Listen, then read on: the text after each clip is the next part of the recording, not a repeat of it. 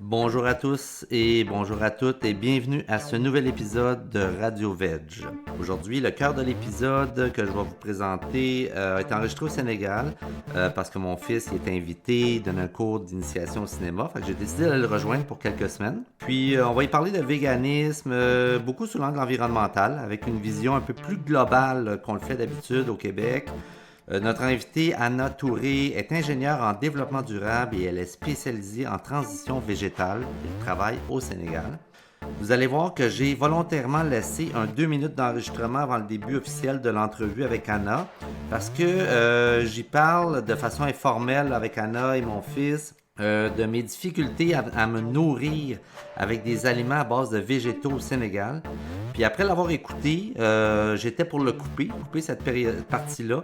J'ai décidé de la laisser parce que j'ai trouvé ça sympathique et ça peut être intéressant. Alors, je suis donc très heureux de vous présenter ce nouvel épisode de Radio Veg au Sénégal, en Afrique de l'Ouest. Bonne écoute!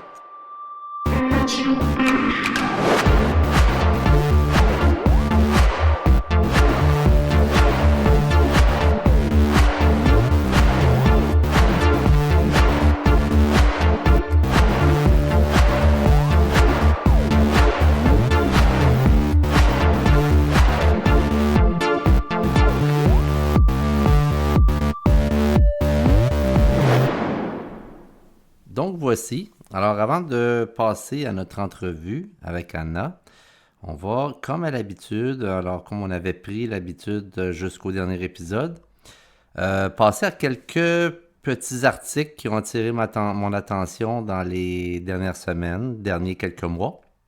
C'est des bonnes nouvelles, alors j'avais le goût de les partager avec vous.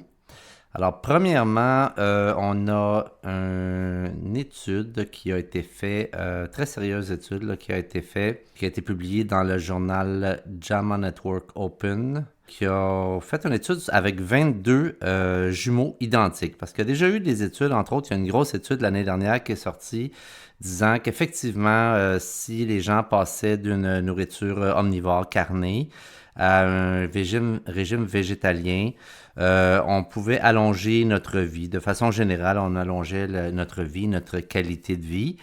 Mais là, ici, on parle d'une étude où on a pris simplement des jumeaux identiques, donc avec les mêmes ADN. On leur a fait prendre, on les a divisés en 2 groupes différents. En fait, chacun des jumeaux ou jumelles était divisé. Et ceux qui ont mangé une nourriture carnée mangeaient quand même très bien. Alors, c'était une nourriture qui était quand même surveillée avec légumes, grains entiers. Alors, c'était pas du fast-food. Et de l'autre côté, les gens qui avaient une alimentation végétalienne avaient aussi une alimentation qui était quand même très surveillée de façon à avoir une alimentation optimale. Alors, on avait d'un côté des gens avec une alimentation optimale ayant des protéines animales et de l'autre côté des gens avec le même ADN ayant une alimentation optimale mais sans protéines animales. En passant, c'est l'Université de Stanford qui publie cette étude-là. L'étude de l'année dernière donnait une augmentation de 10 ans à la vie d'un jeune de 20 ans et une augmentation de 3 ans à la vie d'un homme de 80 ans. C'est encore mieux que ce que j'avais en tête. Maintenant, au niveau des résultats concernant les jumeaux, après 8 semaines suivant le début de leur régime respectif, les jumeaux qui avaient un régime vegan, végétalien, ont perdu plus de poids, ont réduit plus leur LDL, qui est le mauvais cholestérol, et puis ont baissé leur niveau d'insuline. Alors, autrement dit, on se retrouve ici devant 2 alimentations optimales, une carnée, une à base de plantes végétaliennes, et au fil d'arrivée, c'est le régime végétalien qui l'emporte. Alors, voici pour une première étude qui est super intéressante. On la trouve à peu près partout. Vous avez juste à faire une recherche sur Google. On l'a sur ABC, sur CNN, sur VEG News. Elle est très, très, très médiatisée, cette étude-là, très intéressante. Maintenant, au niveau de l'environnement, parce qu'on va parler d'environnement aujourd'hui avec Anna, une alimentation végétale, c'est une étude qui est publiée ici dans la revue Reporter, une revue française. C'est une étude qui a été menée par des chercheurs de l'Université de Oxford et repose sur des données de plus de 55 500 Britanniques. Alors, pendant un an, on a noté tout ce qu'ils mangeaient, tout ce qu'ils buvaient. On les a divisés en 6 groupes différents, les véganes, végétariens, amateurs de poissons, petits, moins gros consommateurs de viande. Puis ensuite, on a comparé les résultats. Et de façon générale, l'alimentation végétale demande moins d'utilisation de terre, en moyenne 25,1%, que celle requise pour la consommation d'un mangeur de viande. 46,4% de moins de consommation d'eau et puis 34% moins de perte de biodiversité. Alors, je ne sais pas où trouvent les arguments de ceux qui mangent encore de la viande, mais on voit ici dans les 2 derniers articles que je viens de vous citer, les 2 dernières études qui sont très sérieuses, que autant au niveau de l'environnement qu'au niveau de la santé, on devrait, comme on dit, ditcher les produits animaliers. Maintenant, une autre bonne nouvelle, en Europe, ça c'est une étude, attendez un peu, c'est publié dans la Dépêche que ça s'appelle, l'association Réseau Action Climat France, qui nous indique que l'alimentation végétale en Europe bat des records. Alors, malgré les déboires de la compagnie Beyond Meat, là, souvent on entend les mauvaises nouvelles par rapport à Beyond Meat. Ça ne veut pas dire que l'alimentation végétale est en déclin, au contraire. Ici, on parle là, que en Europe, en 2022, la nourriture végétale a battu un nouveau record en générant 5,7 milliards d'euros de recettes, soit une croissance de 22% par rapport à 2020. Le lait, la viande, le fromage sont les aliments que les Européens troquent le plus contre une alternative sans protéines animales. Alors, ça va super bien. Les ventes d'alternatives aux produits carnés ont augmenté de 21% entre 2020 et 2022, alors que celles de la viande traditionnelle se sont repliées de 8%. On mentionne aussi que c'est la nouvelle tendance végétale du moment. Les ventes ont explosé de 102%. Ici, on parle des alternatives de produits laitiers. Alors, augmentation de 102%, avec un prix qui a baissé à cause que la demande augmente là, de 3%, alors que les produits laitiers, dont le fromage, là, ont eu une augmentation de 12%. Alors, on est dans des courbes inversées. Alors, les prix baissent pour les produits à base de protéines végétales, à base de végétaux. Et les prix augmentent pour les produits à base de produits animaliers. Alors, c'est parfait. Une autre bonne nouvelle. Maintenant, la dernière que je voulais vous parler, qui est un peu plus cocasse, là, disons qu'on la prend au sérieux, parce que c'est une bonne nouvelle. Mais on verra. Ça dit que selon l'intelligence artificielle, la majorité du monde sera végétalien d'ici 2075. Alors, ça a été fait là, par c'est des résultats qui ont été obtenus à l'aide de ChatGPT. Et voici ce que ChatGPT prévoit. Entre 2024 et 2030, la génération Z ainsi que les milléniaux continuent de être sensibilisés aux problèmes environnementaux, éthiques, sanitaires liés à l'agriculture animale. Les options alimentaires à base de plantes deviennent de plus en plus disponibles et abordables grâce à une demande croissante et à des investissements dans les technologies de protéines alternatives. Et certains pays et régions mettent en place des politiques et des incitations pour promouvoir les régimes à base de plantes et réduire la consommation de viande. Alors ça, c'est demain matin, genre de 2024 à 2030. 2030 à 2040, qu'est-ce qui va se passer? Alors, ChatGPT nous dit que l'adoption de régimes à base de plantes et la réduction de la consommation de produits animaux continuent de croître régulièrement, notamment dans les zones urbaines et parmi les jeunes générations. La viande cultivée en laboratoire et d'autres sources alternatives de protéines deviennent de plus en plus accessibles et sont intégrées à une alimentation courante. Et certaines régions constatent un déclin de l'élevage traditionnel. Ça va encore mieux. Là, on était de 2030 à 2040, 2040 à 2055. La popularité des régimes à base de plantes se répand à un plus large éventail de la population, de nombreuses personnes réduisant leur consommation de viande et de produits laitiers. De plus en plus de gouvernements mettent en place des politiques pour lutter contre l'impact environnemental de l'agriculture animale et soutenir des systèmes alimentaires durables. Et la consommation de viande traditionnelle diminue considérablement, mais le véganisme reste un régime minoritaire dans certaines régions. Alors là, c'était jusqu'en 2055. Maintenant, 2055 à 2075, je ne sais pas si je vais être encore là, mais c'est pas grave. On dit que les régimes à base de plantes deviennent la norme pour la majorité de la population mondiale avec des régimes végétaliens et végétariens largement acceptés. L'agriculture animale subit une transformation significative axée sur des pratiques plus durables et éthiques. L'industrie alimentaire s'adapte pour répondre à la demande croissante d'alternatives à base de plantes et cultivées en laboratoire.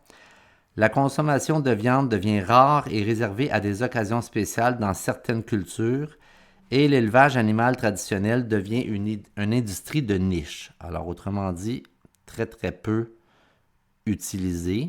Donc, on est rendu en 2055 à 2075 où il y a à peu près plus d'agriculture animale, d'élevage animal. Les véganes actuellement sont des précurseurs, des warriors. C'est difficile des fois de rester positif parce qu'on est au début d'un mouvement, mais tout indique qu'on s'en va dans la bonne direction. Maintenant, après ces petites nouvelles-là, je pense qu'on est prêt à passer au cœur de notre épisode avec l'entrevue avec Anna, en direct, pas en direct, mais enregistrée au Sénégal.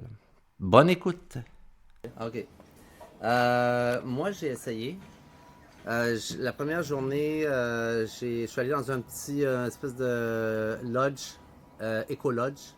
Et puis, je leur ai dit, bon, avez-vous quelque chose? Je leur avais déjà parlé à l'avance, pas de produits animaliers. Puis quand je suis arrivé, ils n'étaient pas au courant. Bon, je leur ai dit, ils m'ont dit, on peut te faire une sauce tomate avec des pâtes. Ah, je dis, c'est parfait. Ouais. Le lendemain, j'ai dit, tu m'avais parlé des niébés. Oui. Alors, je leur ai dit, est-ce que je peux manger des niébés? Ils m'ont dit, ben, on peut te faire ça, on va aller en chercher. Je dis, niébés avec du riz et des légumes, ça serait super. Oui. Et puis, ils m'ont fait un super bon plat. C'était parfait. Mais ensuite, je suis parti, puis... Cheers! Alors, je réalise que, dans le fond, il faut juste faire attention à quand on touche à la table. Toc! Parce que ça fait des petits bruits. Ouais, ça va. C'est bon. Je sais pas ce que ça donne. Hein. Wow, bon. C'est fort. Je trouve pas ça tant fort. C'est fort. Enfin, c'est herbacé. C'est spécial. C'est ça. Maintenant, je comprends. Oui, je l'avais dit. Hein. Mais on a pris un breuvage détox quand on est arrivé ici. Hein? Comment ça? C'était gingembre avec orange. C'était vraiment bon. Ça nous a retapé. C'est vraiment le gingembre, la clé. Ah, le gingembre, c'est fort. Hein? Mais c'est ça, alors j'ai pas été capable. À un moment donné, j'ai. Non, en fait, ça répondra à une de tes questions. Dehors, c'est compliqué. Si moi, je suis une végane chez moi. C'est ça. Si je cuisinais, mais si j'étais en touriste ou si je cuisinais pas, très clairement, je fais une distinction entre les deux, quoi. Ouais. Oui, effectivement, végane dehors. Mais qu'est-ce que vous en pensez? Moi, je pense que tout est prêt. On part? Donc, si on fait l'intro, puis après ça, on pourra en parler. Non, de toute façon, c'est le balado, exactement, il est fait de façon à ce que ce soit plus une discussion plutôt qu'une entrevue. Une conversation, c'est ça. Exactement. Mais tout est bien pour l'instant. Super. Bon, alors... Attends, j'enlève, je suis un peu maniaque, il y a un petit poil sur le micro. Alors, je peux pas l'enlever avant que je fasse... On part? Alors, bonjour à tous et à toutes. Nous voici repartis pour une nouvelle entrevue. Pour une première fois, on a élargi les horizons du balado. Jusqu'à présent, mis à part les nouvelles qui sont relativement régionales, mais aussi nationales et internationales. Nos sujets et nos invités sont québécois, puis en général, on discute pratiquement exclusivement du mouvement au Québec. Alors, en passant, mon fils aujourd'hui est avec moi. Je suis heureux parce que c'est lui qui va s'occuper de la technique aujourd'hui. Bonjour. Fait que, bienvenue Maximilien dans le balado. Ça fait plaisir. Aujourd'hui, on se rend dans ce merveilleux et accueillant pays d'Afrique de l'Ouest qu'est le Sénégal. Au Québec, comme vous savez, les auditeurs connaissent le Sénégal de par notre icône nationale qui est Boucar Diouf, qui en parle souvent. Mais il y a une communauté végane que j'ai réussi à infiltrer, si on peut dire, pour ensuite faire connaissance avec Anna Touré, qui est ingénieure en développement durable et spécialisée en transition végétale, qui est avec nous aujourd'hui, qu'on a le plaisir de recevoir. Alors, bonjour Anna, et merci beaucoup de ta présence parmi nous. Bonjour Sylvain, bonjour Maximilien. Alors Anna, tu es née, tu me corriges si je me trompe, mais tu es née en France, je crois, tu es d'origine malienne, mais tu habites à Dakar au Sénégal depuis un certain nombre d'années. C'est bien ça, je me trompe pas? C'est ça, voilà. C'est moi, ça. je suis née à Paris, j'ai grandi en France, et puis mes parents étant originaires d'Afrique de l'Ouest, du Mali précisément, j'ai décidé après mes études d'aller vivre au Mali. Donc je suis une franco-malienne qui vit en Afrique de l'Ouest depuis maintenant près de 20 ans. Voilà. Ah, OK. Puis alors ton intérêt pour l'environnement et par le fait même le véganisme vient de quelle période de ta vie? Quand est-ce que tu as commencé à te sensibiliser à la cause environnementale? Alors la cause environnementale depuis le début, puisque j'ai fait une formation d'ingénieur en environnement. Donc une des raisons qui m'a poussée à aller vivre au Mali, travailler au Mali justement, c'est que je ressentais le besoin d'apporter une plus-value sur la terre de mes parents. Donc j'ai commencé en tant que responsable environnement au niveau du chemin de fer Dakar-Bamako. J'étais en charge des pollutions, de la gestion des déchets. Ensuite j'ai travaillé au niveau du ministère de l'Environnement du Mali, toujours sur la question des déchets et particulièrement la problématique du plastique. Et puis, je me suis retrouvée au Sénégal, où j'ai accompagné les hôtels de la petite côte du Sénégal dans un projet de tourisme durable financé par les Nations Unies. Voilà, donc ça, c'est tout mon parcours environnemental. Et puis après, je suis devenue végane en 2016. Et là, ça a changé un peu le cours des choses. En 2016, tu étais à ce moment-là à Paris. À ce moment-là, j'étais à Paris. Okay. J'ai fait une petite pause de 3 ans. Je me suis lancée dans l'entrepreneuriat. J'ai fondé une petite entreprise de production de cosmétiques au beurre de karité. Et c'est à ce moment-là que j'ai découvert le monde du véganisme, que je ne connaissais pas du tout. Et... Moi, je suis issue d'une famille qui mangeait de la viande. Pour un petit peu resituer les choses, enfant, je mangeais de la tête de mouton. On mangeait de la tête de mouton tous les dimanches, parce que j'ai un papa qui est de Tombouctou, et c'est une tradition là-bas. Okay. Donc, je n'ai pas du tout été sensibilisée ni à la cause animale, ni au végétarisme. C'est quelque chose que je ne connaissais absolument pas. Mais en 2016, par le biais de mon entreprise de cosmétiques, je découvre le terme vegan. Et là, c'est une révélation en fait. Tu as fait le lien avec la protection environnementale complètement. et puis... Complètement. En tant qu'environnementaliste, j'ai pris une claque en fait. Je me suis rendu compte que j'étais une environnementaliste, mais qui était un peu à côté de la plaque sur ces questions-là. Même par rapport à l'éthique animale, j'avais pas conscience d'énormément de choses. Je prends l'exemple du lait, quoi. Je n'avais pas conscience que pour produire du lait, il faut produire entre guillemets des vaches laitières et les inséminer, etc. Donc en fait, c'était une claque. Ça a été assez radical et assez rapide. En 6 mois, je suis passée d'omnivore à vegan. Autrement dit, tu as réussi à te détacher de ta proximité culturelle, de manger le mouton et tout, lait, les produits laitiers, un peu comme moi j'ai fait aussi. Absolument. Puis à partir du moment où on se détache de ces liens culturels-là, on réussit à voir différemment. Là. Bon, alors la petite anecdote que j'ai citée, la tête de mouton, ça c'était enfant, j'ai très vite laissé ça quand même. Mais depuis quelques années, j'avais déjà diminué fortement ma consommation quand même de viande rouge. Mais je mangeais encore du poulet, du poisson, des produits laitiers. Et effectivement, je me suis détachée de... Alors, j'ai une double culture, franco-malienne et les Français, vous savez, Ouais. consomment aussi beaucoup de produits laitiers Oui, et fromage. beaucoup de viande. Ouais. Voilà, et donc je me suis détachée de ma double culture pour être alignée avec mon rôle, en fait, mon rôle d'environnementaliste. Et comme je vous ai dit, ça a été rapide. Et puis, d'un point de vue économique, je me suis rendu compte que c'était très intéressant aussi. Hein. Donc, je cherche la simplicité. Je suis devenue végane très vite. Il y a eu un petit temps d'adaptation parce que je suis maman. À l'époque, j'étais maman d'enfants de 7 et 10 ans et j'avais un peu peur pour eux. Et donc, je me suis informée. J'ai lu des livres de nutrition et à partir de là, Puis j'étais à là, l'aise. ensuite, tu as décidé de. Ben, la vie a fait que tu t'es envenu à Dakar. Et puis, bon, là, c'est un défi là, de continuer à vivre en ligne avec tes valeurs. Ouais. Et puis, d'arriver dans un milieu qui est différent, là, Ouais. où le véganisme n'existe à peu près pas. C'est ça. Ça a dû être difficile. Ouais, c'est vrai. T'as dû hésiter à dire, bon, est-ce que je recule? Alors, j'ai pas hésité une seconde, mais j'ai rencontré quelques nouveautés, quelques défis à relever. Quand je suis arrivée à Dakar en début 2019, je suis arrivée avec une valise pleine de produits qu'on peut trouver dans les magasins bio à Paris, qui facilitent un peu le mode de vie végétalien, des saucisses de tofu à l'ail des ours, des choses qui simplifient la vie.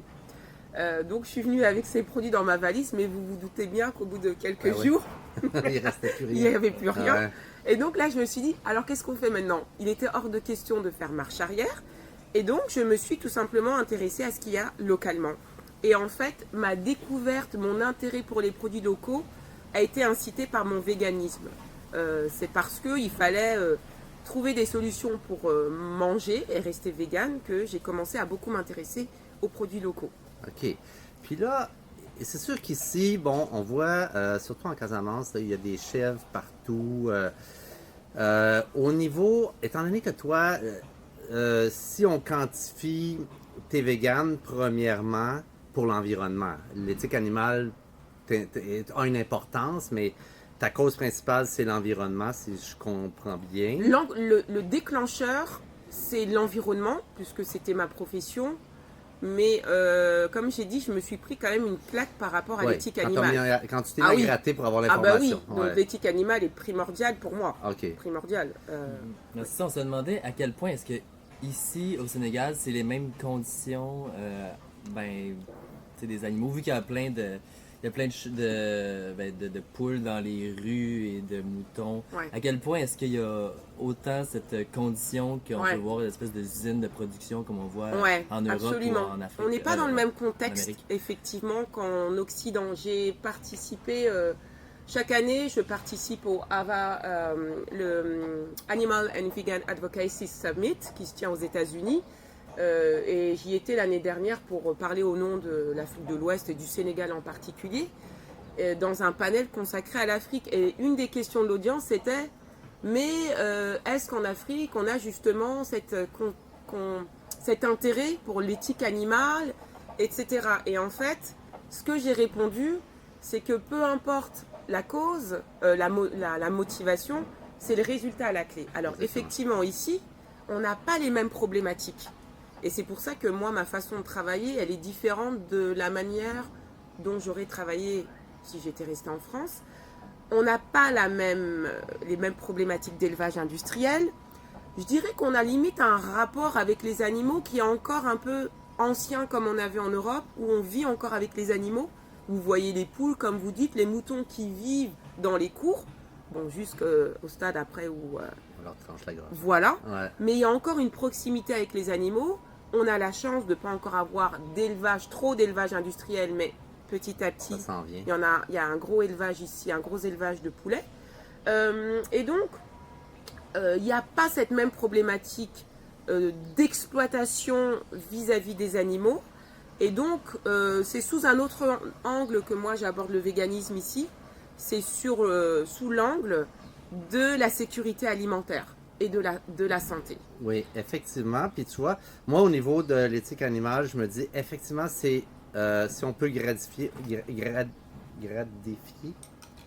je trouve ça moins pire que l'animal soit libre, bon, et puis à un moment donné, Mais quand même, le résultat est le même, Le comme tu dis. résultat est le même. Par contre, au niveau environnemental, je me dis, par exemple, une chèvre qui est libre, il n'y a pas de déforestation pour elle.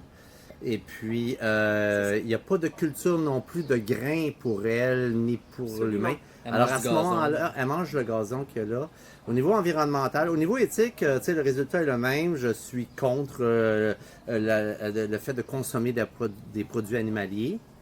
Au niveau environnemental, je me posais la question en voyant ça. Je me dis, ouais, mais elle coûte rien. Il n'y a pas de grains qu'il faut cultiver pour elle. Qu'est-ce qu'il y en est? Est-ce que c'est négatif environnementalement, le fait que... La balance, elle est différente. Effectivement, on parle beaucoup de l'alimentation animale, de l'impact de l'alimentation animale sur l'environnement dans les pays occidentaux. On parle de l'Amazonie qui est déforestée pour faire des élevages de soja et tout ça. Ici, c'est différent, mais on a une problématique environnementale très forte. On a des problèmes de sécheresse, on a des problèmes de terre à entretenir, à cultiver justement. Avec les céréales complètes. Et c'est pas par rapport aux animaux ici. La problématique environnementale, elle est liée au fait que il faut trouver des solutions pour continuer à s'alimenter avec le contexte de sécheresse, de manque d'eau, etc. Et c'est pas l'importation de protéines animales qui va solutionner l'Afrique de l'Ouest. Ouais. C'est au contraire la culture de céréales complètes comme le mil qui permettent d'entretenir les sols, qui demandent peu d'eau, qui demandent peu de nutriments et qui peuvent, le mil qui peut pousser dans des conditions très difficiles. Donc c'est dans un sens différent ici. Le mil, si on explique rapidement, c'est un peu comme le blé. Ouais. C'est une sorte une variété de blé. Alors c'est pas une variété, il y a la famille des milles comporte 15 espèces différentes. Ici, on va trouver le sorgho, le petit mil et le fonio. À la différence du blé, c'est sans gluten. Okay. Ça a un indice glycémique très inférieur au riz, donc c'est très intéressant. Okay. Ici, on consomme beaucoup de riz. Et comme je l'ai dit, d'un point de vue environnemental, c'est juste extraordinaire. C'est protéiné. C'est très riche en protéines, c'est très riche en fibres également. Également en d'autres minéraux, en acides aminés et en d'autres sels minéraux. En fait, il a tout pour plaire. Et si vous posez la question aux générations d'avant, les parents, les grands-parents, le mil tenait une place très importante dans l'alimentation. Et petit à petit, on a laissé place au riz qui est importé, riz qui suscite beaucoup de problèmes comme le diabète. Voilà, donc en fait, pour répondre à la question par rapport à l'environnement, elle n'est pas directement liée aux animaux, mais elle est liée au fait qu'il faut trouver des solutions pour alimenter cette partie du monde. Modifier les habitudes alimentaires. Modifier. Et en fait, il y a eu une modification très, très rapide. Si je prends l'histoire des protéines animales, ici, le poulet et la viande sont assez récents. Ça date de l'époque de la colonisation. Ce sont des produits qui ont été importés. Autrement dit, c'est la consommation de viande actuelle qui est importée comme très culturelle. Absolument. En partie. Absolument. La viande est principalement importée.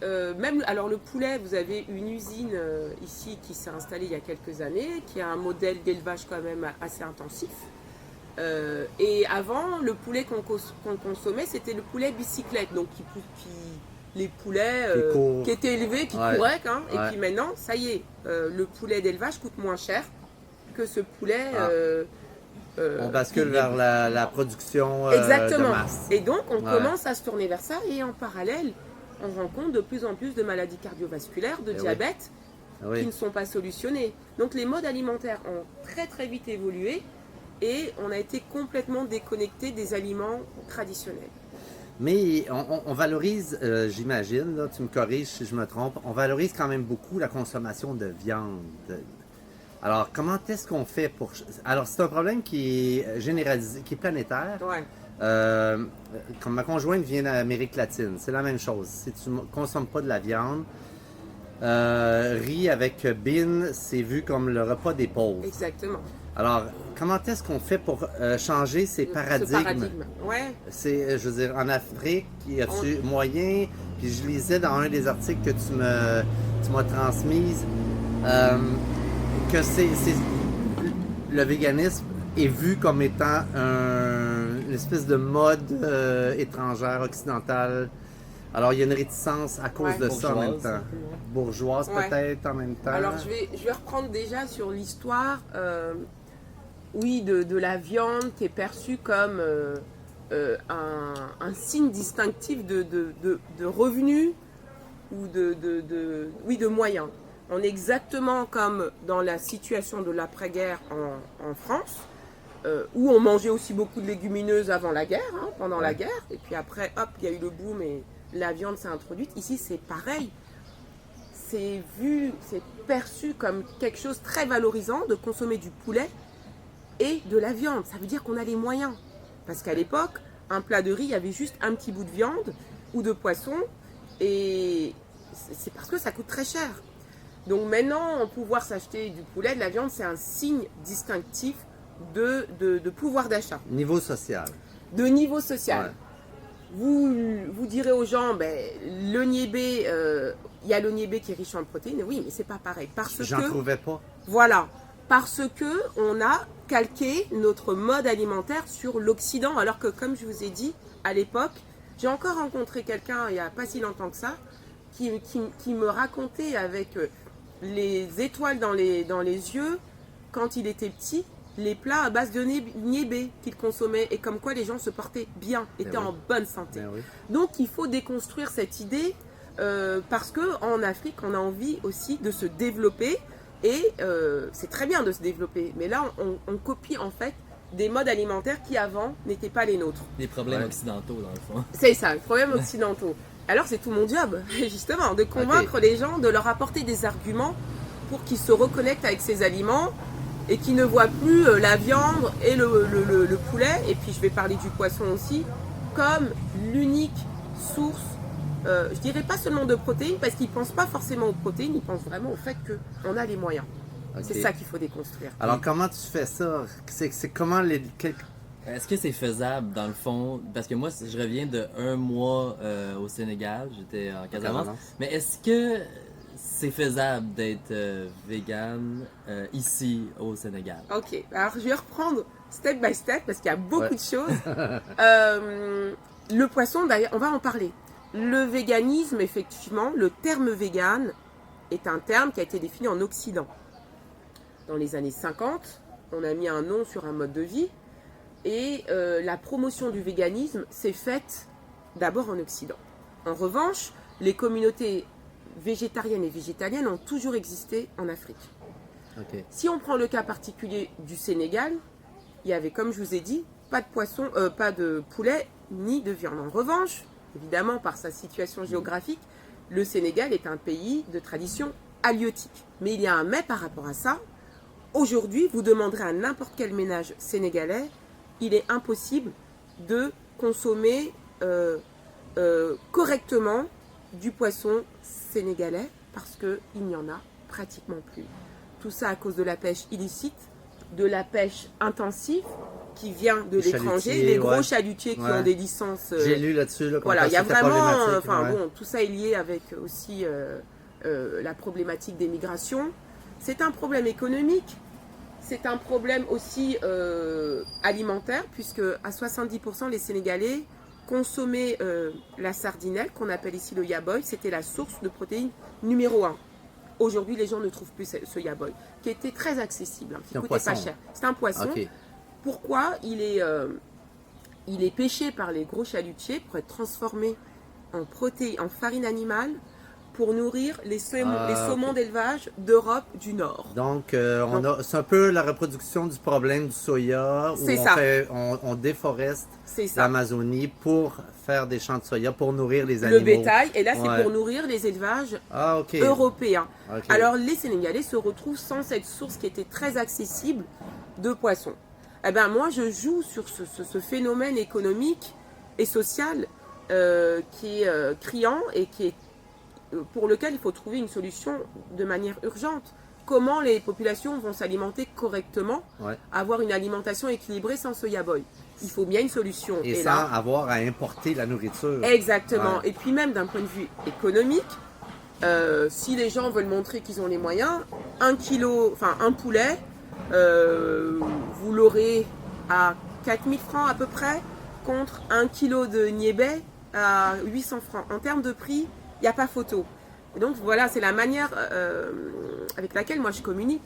OK. Je parle du porte-monnaie. Ouais. Je parle du porte-monnaie, je parle de la santé. Puis là, tu me parles de ce que tu fais, mais c'est avec l'organisation que tu as démarré, Globicis, c'est ça? Ouais. Alors, bon, rapidement, dis-moi comment ça a commencé, puis comment tu fonctionnes concrètement, comment tu vas chercher la clientèle, si on peut dire, pour avoir un impact. Là. Ouais.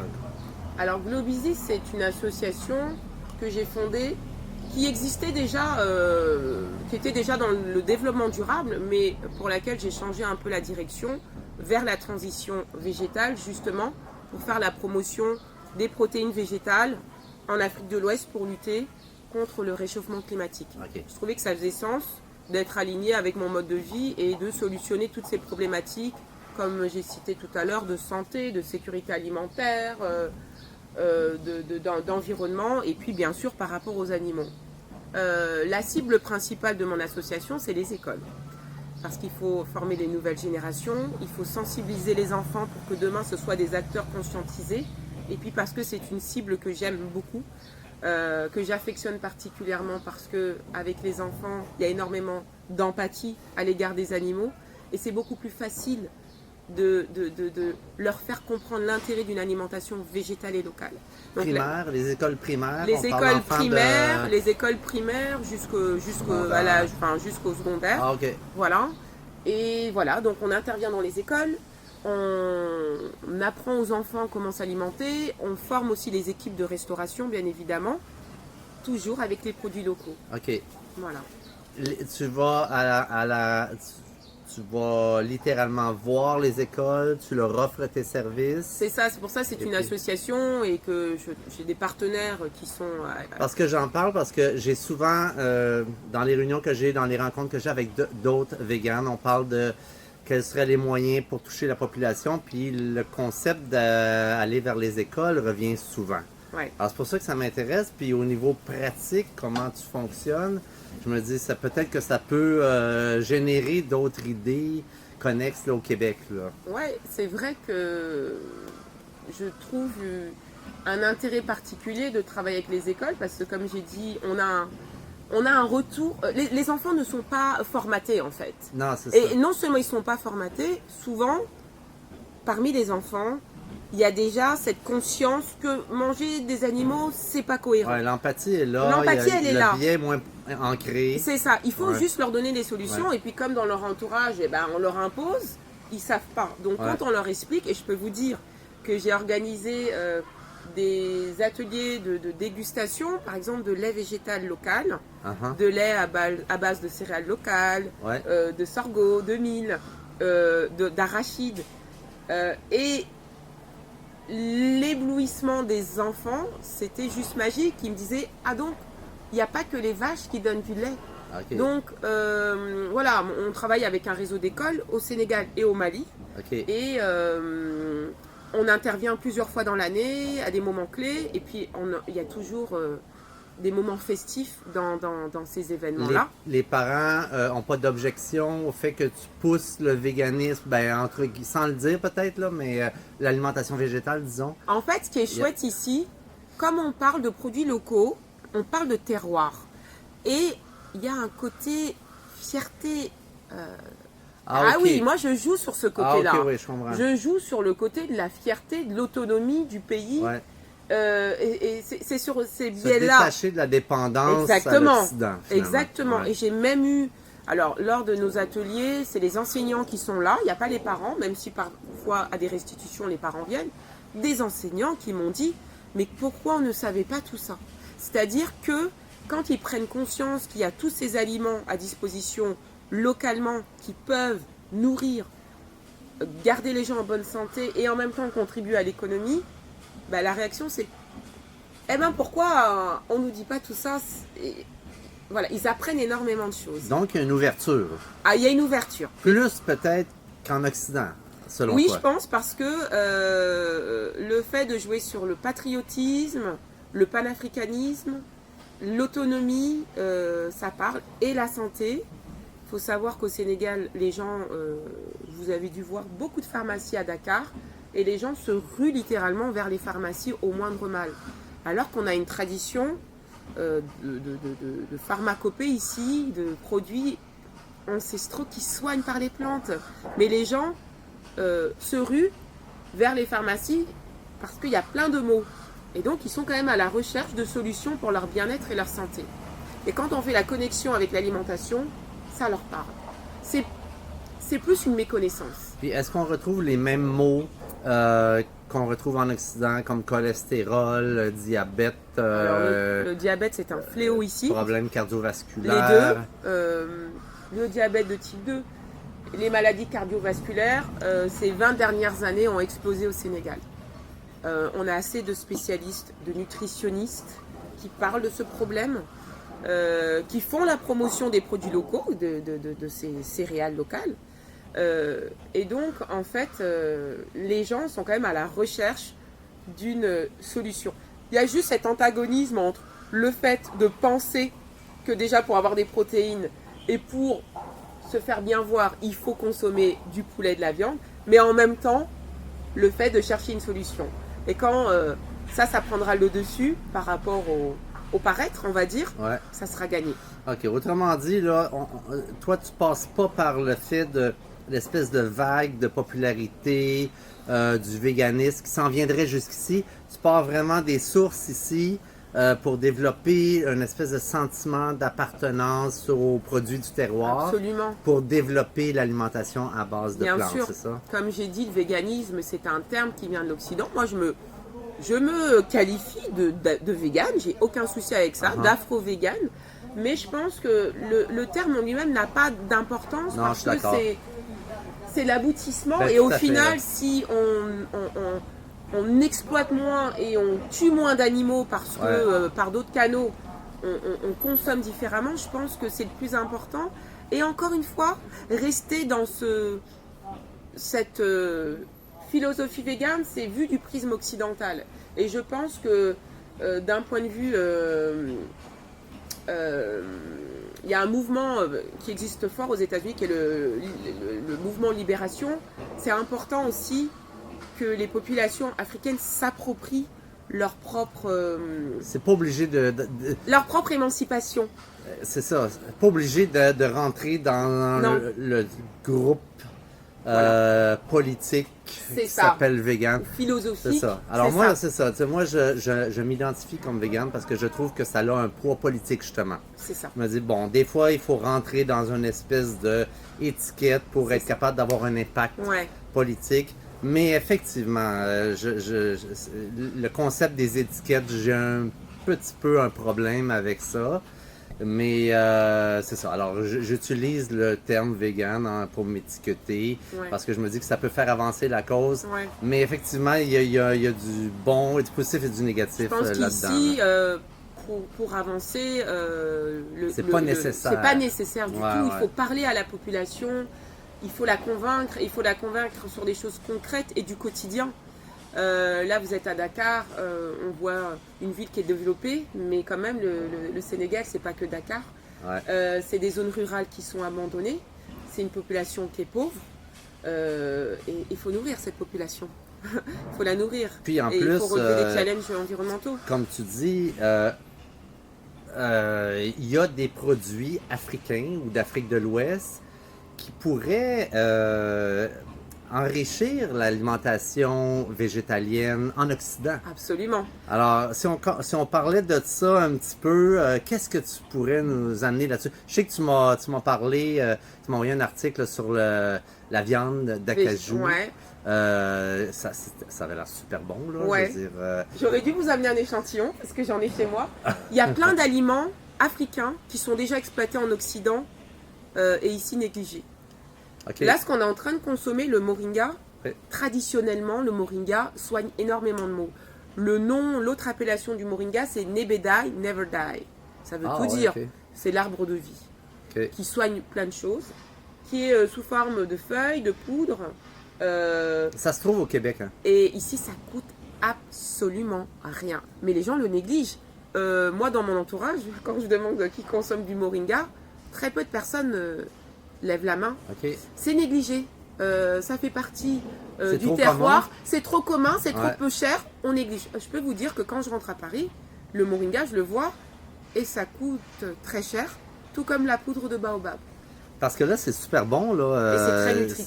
C'est un cocktail pour les gens ne voient pas, là, Ouais. mais c'est très beau.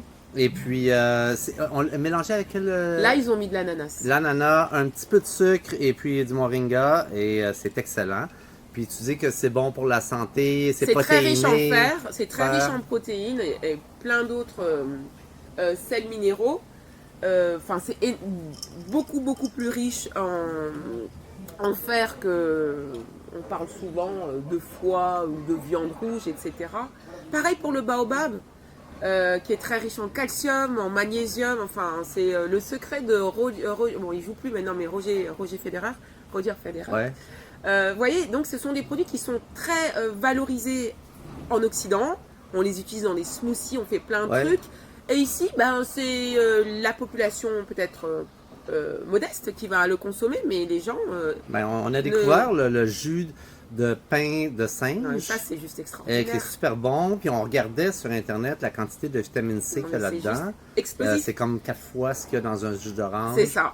Et puis, Ça vient du baobab. ça vient du baobab. Mais Ouais. ça, est-ce que ça se trouve au Québec, disons, ou est-ce que c'est exporté? Ou... Moi, je sais qu'en Parce- France, on trouve la poudre de baobab Ah, maintenant. c'est de la poudre. C'est la poudre. Alors, vous avez l'arbre de baobab qu'on Ouais. ne voit malheureusement plus beaucoup ici à Dakar. Hein. Il y avait plein de Mais où baobabs. j'étais, il y en avait plein. J'étais pas d'accord non plus. Non, c'était pas d'accord. À Dakar, ça devient difficile, malheureusement. Tu as les fruits. Là, il n'y a plus de feuilles dans les baobabs, presque plus, mais il y a les fruits. Alors, je les pense, fruits, vous c'est ça? avez, c'est comme une grosse. Ouais, comme une espèce de poire. Voilà, alors à ne pas toucher Géant. parce que ça pique, Ah, ça, ok. c'est très urticant. OK. Et puis, on l'écrase avec le pied et quand on l'ouvre à l'intérieur, vous avez le fruit du pain de singe. Ce sont des petits morceaux blancs un peu calcaireux comme ça. Ok. Et c'est ça qui est broyé, tamisé pour avoir la poudre. OK. On mange aussi le fruit tel quel. Ah, OK. On peut en faire des glaces, on peut faire plein de choses. Et la poudre, bon, moi pour vous donner un exemple, tous les matins, je fais mon petit smoothie avec 2 cuillères à soupe de baobab. Je suis partie quoi. OK. Il va falloir que je fasse des recherches. Je ne l'ai C'est jamais juste- vu au Québec, mais Ok. j'imagine que ça peut se trouver. C'est possible, Ok. c'est fort possible. Pareil pour la viande de cajou, qui n'est pas une innovation qui a toujours existé dans le ciné saloon. La viande de cajou, qui est une solution au gaspillage alimentaire, puisqu'on exploite la noix de cajou et le fruit, bon, on le consomme un peu, mais c'est pas un fruit que vous allez trouver sur les étalages, il est jeté. Parce que la noix de cajou ici, il y en a partout. Il y en a partout. Il y en a partout. Ça, on la Ouais. consomme. Qui est très riche aussi hein, dans une alimentation végétale. Mais le fruit était jeté. Et là, il y a une autre viande aussi qu'on appelle la viande de dimbe. Mais ces viandes-là existent dans les populations du ciné saloum, mais c'est pas arrivé jusqu'ici. Et là encore, demander aux Sénégalais la viande de cajou, ils ne connaissent pas. Et pourtant, elle commence déjà à être exploitée à l'étranger. Oui, parce que l'article que tu m'as envoyé, si je ne me trompe pas, c'est un chef C'est ça. français qui l'utilise et C'est ça. puis ça a l'air être un délice, là, les clients adorent. C'est Et ça. puis, Ça se travaille comme, je sais pas, n'importe quel. C'est quelque chose qu'on réhydrate, qu'on aromatise à sa guise. ouais. Alors, c'est une bonne solution, comme j'ai dit, face au gaspillage alimentaire. Pour retrouver une sorte de mâche de goût proche de la viande. Après, il faut faire aussi attention. En termes de protéines, on est sur du 5%. C'est beaucoup moins riche que de consommer par exemple du baobab ou du moringa. Ok. Mais c'est intéressant pour des restaurants. Oui, Et- au niveau et de la texture au qui niveau de la ressemble à de la texture, viande. En termes de protéines, c'est vraiment les légumineuses et les céréales complètes qui apportent tous les acides aminés. OK. Voilà. Et donc ce mélange de produits classiques et puis de ces nouveautés entre guillemets, comme la viande de cajou, devrait susciter l'intérêt ici, mais c'est pas le cas. OK. Les Alors, restaurants à Dakar, vous avez dû voir, on est sur des pizzas, Ah non, c'est- on est sur des burgers, des pâtes, ouais. rien de Il traditionnel. faut aller dans des restaurants très spécialisés pour trouver des produits à base de plantes. Là. C'est Nous, ça. on paye le gros prix là, C'est pour, ça. Et donc, On est à il y a une réappropriation à faire. Et moi, c'est sur ça que je joue. Puis, est-ce qu'il y a d'autres produits que, selon toi, on devrait parler, qui sont d'origine africaine et qu'on devrait connaître? Oui, alors on a Au niveau des épices, peut-être? Y a-t-il des... Alors, les épices ici sont... Ah oui, bon, il y a une épice qui ressemble au clou de girofle, qui s'appelle la bête selim. C'est une petite gousse à l'intérieur de laquelle il y a des graines. Bon, elle est très utilisée ici, dans notamment le café Touba. Tu as dû connaître ça, Maximilien, café Touba, le café traditionnel sénégalais. Ah ouais, ok. Ouais, je pense Et que c'est quoi. très odorant, mais Ok. aussi c'est thérapeutique. Donc Ah, ok. en cas, de toute façon, au niveau de la pharmacopée, là, on pourrait faire tout un épisode là-dessus, parce que il y a énormément de plantes qui sont présentes ici qui peuvent soigner. Mais voilà, la bête Selim, mais on n'a pas parlé des tubercules aussi, la patate douce, l'igname, le manioc, très riche en fibres. Est-ce que ça se cultive ici Ah oui, beaucoup, ça pousse la patate, ici, le manioc? la patate douce. Ok, la patate douce, c'est vrai, en Casamance. Ah, il y en a beaucoup. On a parlé du niébé, mais il y a l'arachide quand même. Ouais, Et il y a un plat traditionnel ici qui s'appelle le mafé, ok. dans lequel on ajoute de la viande. Mais quand j'explique aux gens, mais c'est pas la peine de mettre de la Parce que viande, t'as puisque déjà vous des avez de arachides. l'arachide qui Ouais. est une légumineuse, Oui. là aussi, découverte. Parce que pour eux, un mafé sans viande, il manque quelque chose. Oui, parce que j'ai pas trouvé de. J'ai fait un séjour en Ouganda il y a quelques années et il y avait un plat dont j'oublie le nom qui était à base de cachou, justement, avec une sauce au cachou, qui était un repas très populaire avec du riz, sauce au cachou, quelques légumes. Mais ici, je l'ai pas retrouvé ou j'ai pas retrouvé quelque chose de similaire qui m'aurait sauvé. Là. Ici, particulièrement, c'est vrai, plus au Sénégal qu'au Mali, où je travaille aussi, il y a vraiment, comme j'ai dit, une sorte d'oubli de certains aliments. Même quand on dit, bon, je suis très ravie que le tiboudienne soit entré au patrimoine de l'UNESCO. C'est un plat reconnu par l'UNESCO. Mais sachez que le riz, c'est pas traditionnel au Sénégal. Il a été introduit. Pourtant, il est cultivé quand même. Il est cultivé, beaucoup. mais alors les Sénégalais ne consomment absolument pas le riz local, ils consomment le riz qui provient de Chine. Ah oui. Voilà. Et ça c'est aussi, du riz blanc? Et c'est du riz blanc, 100% Même pas blanc. même et pas donc, du riz brun non, qui est beaucoup du tout. Voilà. plus riche en Et protéines. donc là, problème de diabète, etc. Donc, il y a énormément de choses qu'on pourrait faire culinairement ici. Il faut juste que les populations se réapproprient ces aliments et fassent preuve un peu d'innovation, de recherche, plutôt que de chercher à copier, dupliquer Ouais. des modes alimentaires, pizza, burger. C'est sympa, mais... Est-ce que tu as l'impression de être David contre Goliath, de te battre contre la marée?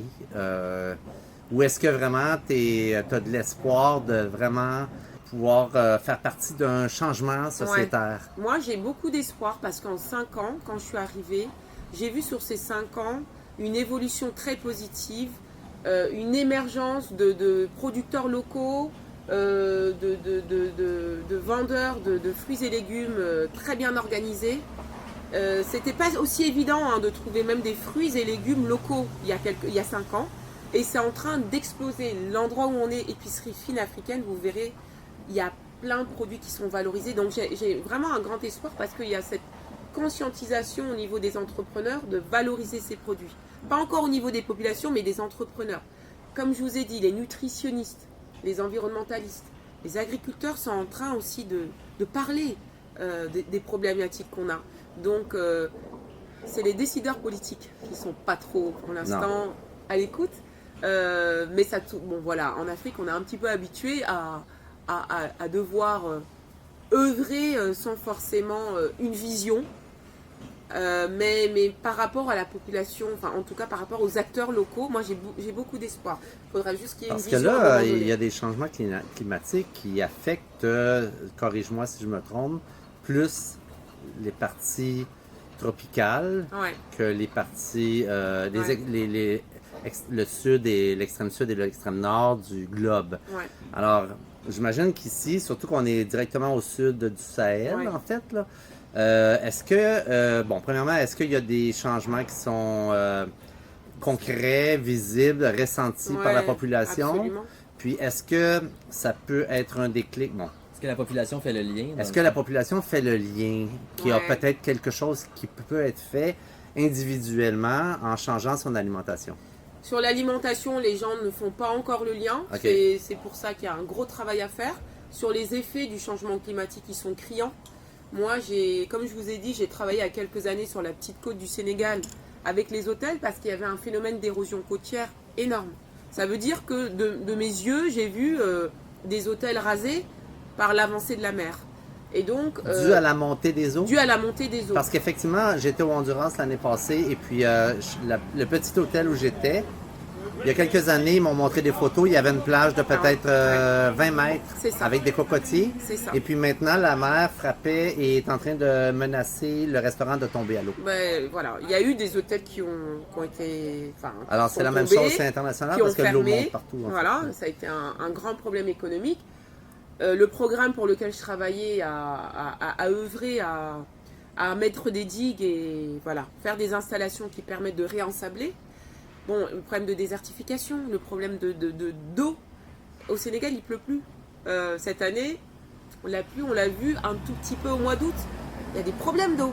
Parce Et que donc- là, on termine, en fait, la saison des pluies, ça se termine en novembre, c'est ça? Oh, elle est déjà finie. hein. Elle est finie. Elle est Là, déjà on terminée. tombe Elle est dans de la- plus en plus courte. Elle est plus courte. Vraiment, moi qui vis à Dakar, je peux vous dire que sur 5 ans, plus de chaleur, moins de précipitations. Alors attention aussi, il y a les constructions qui ne sont absolument pas adaptées à C'est ces du béton. phénomènes. Voilà, Ouais, c'est du béton. du béton. Mais j'ai vu l'évolution, c'est très concret. C'est pour ça que quand on parle de sécheresse, il faut solutionner, il faut trouver des solutions pour nourrir les populations demain durablement. Et c'est les céréales locales. Et c'est les niébés, etc.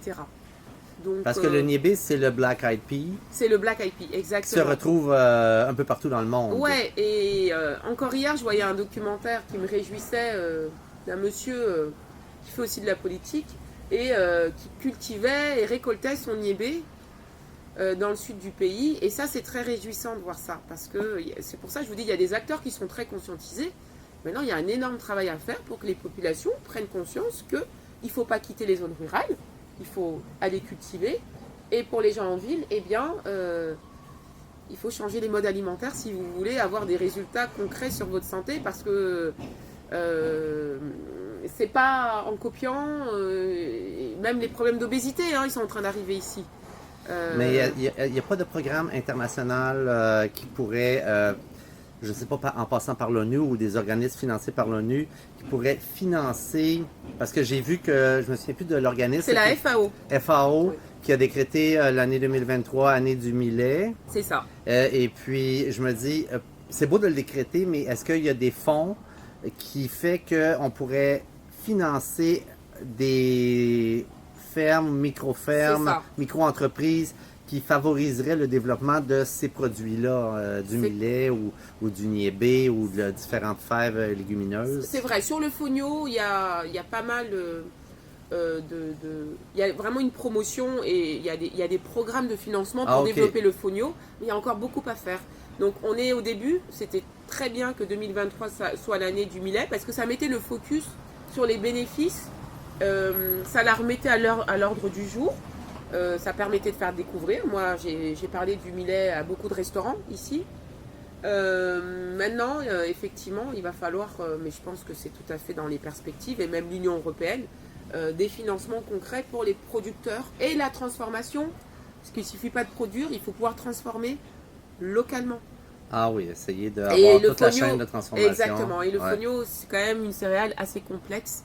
C'est très très fin. Oui, comme pour les grains de éviter sable. que, encore une Bah, que fois, ça soit pas de l'exportation, les quoi. grosses entreprises C'est ça. viennent, utilisent les terres C'est ça. d'Afrique et puis repartent faire ça. de l'argent avec le produit. C'est ça. Ouais, faut développer, Faut structurer le toute développement. Ouais. une chaîne de valeur. Ben écoute, on va espérer que ça se Faudra produise, revenir hein, dans quelques voir temps. quelle est l'évolution, effectivement. Là. Mais et puis il n'y a pas de développement en Amérique latine, c'est beaucoup de la grosse fève rouge ou noire. Non. Ici, en termes de... Alors, il y a une légumineuse dont j'ai pas parlé et que moi-même, j'ai découvert il y a très très peu de temps. OK. J'étais un peu honteuse. Ah, Puis quand j'ai demandé à ma maman, elle m'a dit bah oui, ça c'est. Bah oui, j'ai dit mais maman, tu m'en as pas parlé. Ça s'appelle le pois de terre ou le pois bambara. Ça ressemble au soja, OK. sauf que c'est rond, c'est blanc ou marron Et là aussi, c'est juste extraordinaire en termes de nutriments. Et c'est typique d'ici? C'est typique d'ici, Ok. ça pousse ici au Sénégal, ça pousse au Mali, ça ne coûte pas cher. Et c'est vraiment une légumineuse à développer. Ok. Là encore, vous allez demander aux Sénégalais, est-ce que vous Ils connaissent pas ça. Vous savez, les populations rurales qui ont peu de moyens connaissent. Mais ici à Dakar, j'en ai jamais vu. Et moi, j'en ai ramené quand je suis Donc, revenue du si Mali. les gens connaissent pas ça, les gens qui en produisent font pas d'argent. C'est Alors, ça. ça attirera pas d'autres mondes à en produire. Exactement, il faut les Ouais. encourager, il faut Ouais. promouvoir ces producteurs locaux, il faut qu'ils sentent qu'ils cultivent pour quelque chose, et c'est toute une chaîne, c'est ça, c'est vraiment toute une chaîne. Ok. Et puis, écoute, ce qu'il faudrait faire, c'est revenir voir dans quelques années comment C'est ça se Est-ce produit. est-ce qu'au niveau de l'agriculture, ça s'est développé? Ouais. Et est-ce qu'il y a un changement des mentalités ici? Est-ce que... Est-ce que ça se retrouve dans des restaurants aussi, des fois? Parce que, Ah, tu sais, nous, on c'est est ça. souvent dans les restos, puis pour vrai. Alors moi, c'est Aucune vrai que j'ai action. parlé de Globisis, mais à titre en tant que consultante, je travaille aussi avec les restaurants. En début d'année notamment, il y avait la semaine des restaurants végétaliens. Alors, On mange beaucoup de falafel ces temps-ci. ah oui, chez les Ouais, Libanais. Alors, en général, au Sénégal, on se rabat sur les restaurants libanais, Ouais. indiens et asiatiques. Et l'idée, c'était que pendant cette semaine, les restaurants aient au moins à la carte un Au menu moins un, oui. végétalien, mais complet. Parce que quand vous arrivez dans un restaurant et que vous dites vous êtes vegan ou végétalien, on comprend salade Ben oui. ou frites. Ou crevettes. Et j'entends et j'imagine bien que le raccourci, c'est ben vous êtes forcément carencé, c'est logique. Si on, moi, je leur dis souvent, mais vous savez, si je mange que de la salade, ben je vais manquer de beaucoup de nutriments. Ben oui. Et là, j'ai formé 10 chefs en leur donnant les bases de l'alimentation végétale, Ok. en leur expliquant tout ce que localement on peut exploiter. Et l'idée, c'était d'avoir un plat principal, une entrée, un dessert vegan, et ça a duré toute une semaine. Et ce qui est chouette, c'est qu'il y a certains restaurants Ces qui ont chefs-là, gardé. comment t'es allé les chercher? Alors, je suis partie faire la prospection. Ok. Et Cold call qu'ils appellent. exact. Et là, on était sur une formation évidemment gratuite parce que c'est pas la préoccupation première des restaurants d'avoir à leur carte. Ils voient pas l'intérêt. Mais ce que je leur ai expliqué, c'est que c'est pas uniquement pour les véganes ni les végétariens, c'est que c'est un intérêt aussi d'innovation, d'innover les cartes et d'apporter plus de produits locaux dans leurs cartes. Ouais. Et par la suite, après, les restaurants qui sont intéressés. Ben, j'ai bien aimé l'article que tu m'avais envoyé, le chef français, je pense que c'était un français ou un Suisse, en tout cas. Il disait, on est formé pour créer les chefs. Alors, c'est beau, et c'est pas juste pour reproduire ce qu'on a appris. On est là pour faire de la création, C'est et ça. l'alimentation végétale permet aux chefs de faire de la création. Absolument. J'avais trouvé ça fantastique, là, C'est qu'ils exactement s'expriment ça, comme et ça. souvent ils sont quand même dans une routine, mais c'est pareil aussi en Europe. Hein. Et quand je les ai formés, ils étaient très heureux parce qu'ils ont senti qu'ils pouvaient créer de nouvelles choses. Et pendant toute la Tu semaine, leur donnais d'autres outils. d'autres outils. Ouais, ouais. Et pendant toute la semaine, ils m'appelaient pour que je vienne goûter comment je trouvais les choses. Parfois, il y avait des petites erreurs. Par exemple, un jour, le plat, c'était impeccable. C'était un filicine carné. Et le dessert, c'était de la mousse de baobab. Et je dis au chef, je dis, alors, comment tu as fait ta mousse de baobab? Et il me décrit. Et là, il me parle de blanc d'œuf. Et je lui dis, eh non. Il a réalisé tout de suite que Ouais. là, il s'était laissé emporter. Ah, ouais. Et je lui ai expliqué comment il pouvait remplacer Ouais. ce blanc d'œuf par l'aquafaba ou autre. Et ils étaient très, très enthousiastes en fait parce que voilà, ils avaient de nouveaux outils, mais après il faut que ça suive au niveau des propriétaires de restaurants. Ouais. Ça c'est autre chose. Est-ce que tu es seul à avoir un organisme comme ça? Ou est-ce qu'il y a Communauté. une communauté, une force, une Ouais. masse critique qui fait avancer Ouais, les on choses? avance vraiment sur le plan continental et ça c'est très chouette. Je me sens un petit peu parfois isolée ici parce que c'est vrai que ce sont des problématiques un peu nouvelles et on parle beaucoup du consommer local, mais sur l'angle alimentation, transition végétale, je suis pionnière en fait. Ouais. Mais la chance, c'est que je fais partie d'un réseau de plusieurs organisations sur tout le continent Ouais. et donc avec nos partenaires financiers notamment, et on échange sur nos points communs, nos forces, les difficultés. Et sur la semaine des restaurants végétaliens et la dernière campagne que j'ai fait au mois de novembre, qui était les menus végétaliens dans les écoles, on est plusieurs structures en Afrique. Et donc, on partage nos activités. Et donc, on est quand même en réseau, on va dire panafricain. OK.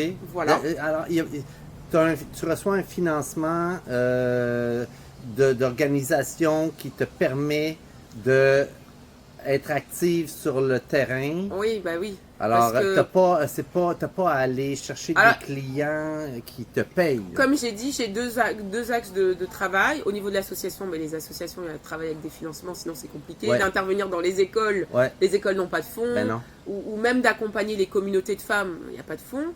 Par contre, en tant que consultante, je dois aller chercher donc, les restaurants, ou même, ce que je projette là très prochainement, c'est d'organiser des masterclass. Là, c'est plus avec les individus, parce qu'il y a quand même cette cible qui m'intéresse. Voilà, on est dans l'épicerie fine, donc là, à la carte, il n'y a pas encore de plat végétalien, mais la propriétaire est très intéressée. Ouais. Elle me connaît à travers les réseaux sociaux, et donc là, il faut que les restaurants soient assez conscients de l'intérêt pour vouloir payer une consultante pour faire évoluer leur carte. OK. Voilà. Donc j'agis sur ces deux Donc, angles. tu as une partie de ce que tu fonctionnes avec Globicis C'est ça. qui est qu'il faut que tu ailles chercher des clients qui vont actuellement te payer. C'est ça. Mais tu as aussi comme un financement pour par exemple Pour des les écoles ou collectivités, les les écoles. groupes de femmes ou des choses comme ça. Exactement. aussi. Quand j'interviens en zone rurale, voilà. Là, il ne faut pas s'attendre à avoir. C'est ça. C'est ça. Non, c'est impossible. OK. Donc, Alors, tu fonctionnes avec comme Sur deux bras, sur deux Voilà, fronts. Ah, exactement. excellent, il excellent. faut. Puis comment tu vois les années qui viennent pour Globicis, c'est pour toi personnellement?